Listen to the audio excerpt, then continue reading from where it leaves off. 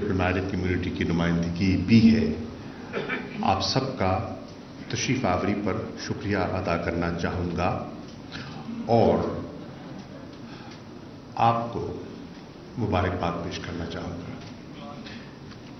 مبارکباد اس لینا چاہوں گا اور میں بہت ہی اختصار سے کام لوں گا۔ مجھے اس چیز کا اندازہ ہے کہ 2 بجے یہ نشست ختم ہونی تھی اور 2 بج چکے ہیں۔ میں آپ کو مبارکباد اس لیے پیش کرنا چاہوں گا کہ آج کے زمانے میں جہاں اختلافات شدت اختیار کر رہے ہیں، جہاں انٹالرنس جو ہے وہ سوسائٹی میں بڑھتی چلی جا رہی ہے، وہاں انٹرفیتھ کا پیغام دینا، سب کو یکجا کرنا اور جو قدرے مشترک ہیں ان کو اجاگر کرنا بہت بڑا پیغام ہے۔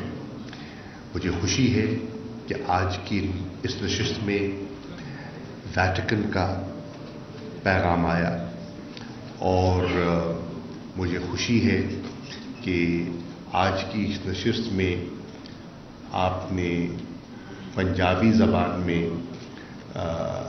گرو نانک اور کرتارپور صاحب کا ذکر کر دیا اور اس سے جو انٹرفیتھ کو پروموٹ کرنے کا ذکر ہوا اس کا آپ نے تذکرہ کیا، ہمارے علماء کرام نے اظہار کیا۔ میں تو صرف اتنا کہہ سکتا ہوں کہ نسبت کے لحاظ سے میرا ایک ایسے گھرانے سے تعلق ہے جن کے آباء و اجداد نے انٹرفیتھ ہارمنی کی اپنے عمل سے مثال قائم کی۔ My ancestors were missionaries. They had come to this part of the world to preach Islam. پر جب وہ آئے یہاں اور ملتان میں پڑاؤ کیا شیخ الاسلام حضرت بہاؤالدین زکریا نے، تو انہوں نے مندر کے ساتھ پڑاؤ کیا۔ اور ابھی پنڈت جی آپ گفتگو فرما رہے تھے، مندر کے ساتھ، پرلاحت پوری کے مندر کے ساتھ انہوں نے پڑاؤ کیا اور مندر والوں کے ساتھ ان کا طریقہ اور ان کا تعلق ایسا تھا کہ جب انہوں نے مسجد کو بڑھانے کی خواہش کی تو مندر والوں نے اپنی جگہ عنایت کی تاکہ وہاں مسجد تعمیر کی جا سکے۔ تو that was the level of harmony, اور مسجد اور مندر سینکڑوں سال دیوار ب دیوار رہے۔ مندر والوں کو جو پوجا کیا کرتے تھے وہ مسجد کا احترام کرتے تھے اور مسجد والوں نے کبھی مندر کو نقصان نہیں پہنچایا۔ تو یہ ایک عملی درس تھا جس کا ہم ذکر کر رہے ہیں، اور یہ میں ذکر کر رہا ہوں سینکڑوں سال پہلے کا۔ آج مولانا نے جس چیز کا آغاز کیا ہے مجھے بے حد خوشی ہے اور میں چاہوں گا کہ اس کے فروغ کی ضرورت بھی ہے۔ تو معزز خواتین و حضرات، السلام علیکم۔ اس نہایت بروقت منعقد ہونے والی اہم کانفرنس سے خطاب کا شرف عطا کرنے پر میں آپ کا شکریہ ادا کرنا چاہتا ہوں۔